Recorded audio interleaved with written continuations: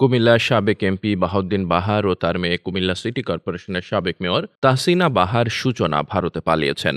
বর্তমানে বাবা মেয়ে কলকাতায় এক রাজনৈতিক নেতার আশ্রয়ে রয়েছেন। তবে কখন, কিভাবে, কোন পথে তারা পালিয়েছেন তা নিয়ে চলছে ব্যাপক আলোচনা সমালোচনা। এলাকাবাসীর প্রশ্ন, তাহলে বাহার সূচনা কি কুমিল্লাতেই আত্মগোপনে ছিলেন?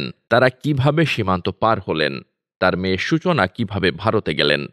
সূত্র বলছে, অন্তত 10 দিন আগে কুমিল্লার সাবেক সংসদ সদস্য বাহাউদ্দিন বাহার চোরাই পথে ভারতে পাড়ি জমান। শনিবার বিকালে কলকাতায় বাবার কাছে পৌঁছান কুমিল্লা সিটি কর্পোরেশনের অপসারিত মেয়র তাহসিনা বাহার সূচনা।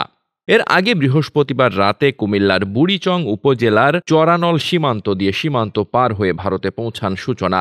পরদিন শুক্রবার তিনি ফেসবুকে সচল হন। নির্ভরযোগ্য সূত্র থেকে এসব তথ্য জানা গেছে। সূত্রটি জানায়, কুমিল্লার ব্রাহ্মণপাড়ার শশীদল ইউনিয়নের একজন হুন্ডি ব্যবসায়ীর মাধ্যমে অর্থের বিনিময়ে সীমান্ত পার হন তাহসিন বাহার সূচনা। তার সীমান্ত পার হওয়ার একটি ভিডিও কলের ছবি ইতোমধ্যে ভাইরাল হয়েছে। ভিডিও কলে সন্দেহভাজন পাচারকারীর নামও রয়েছে। ভারতের বক্সগঞ্জে একদিন থাকার পর শনিবার বিকালে কলকাতায় পৌঁছান সূচনা। সেখানে এক রাজনৈতিক নেতার তত্ত্বাবধানে অবস্থান করছেন কুমিল্লার সাবেক এমপি বাহার। প্রতিদিন 10,000 রুপি চুক্তিতে গত 8 থেকে 10 দিন ধরে রয়েছেন তিনি। নির্ভরযোগ্য সূত্র এমনটাই জানিয়েছে।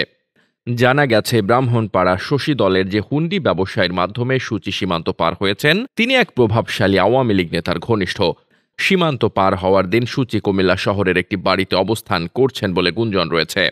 বৃহস্পতিবার রাত 11টার দিকে সূচনা সীমান্ত পার হয়ে বক্সনগরের একটি বাড়িতে ওঠেন। সেখান থেকে তার একটি ছবি ইতোমধ্যে ভাইরাল হয়েছে।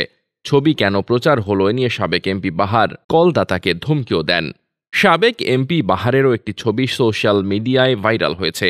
এতে দেখা যায় তার মাথায় চুল নেই এবং সোনালি রঙের দাড়িও নেই। তার মুখে ছোট সাদা রঙের দাড়ি রয়েছে।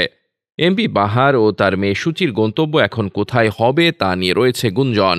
তবে সূত্র বলছে, তারা লন্ডনে যাওয়ার চেষ্টা করছেন। তাদের লক্ষ্য যে কোনোভাবে লন্ডনে পাড়ি দেওয়া। ডেস্ক রিপোর্ট, বার্তা বাজার।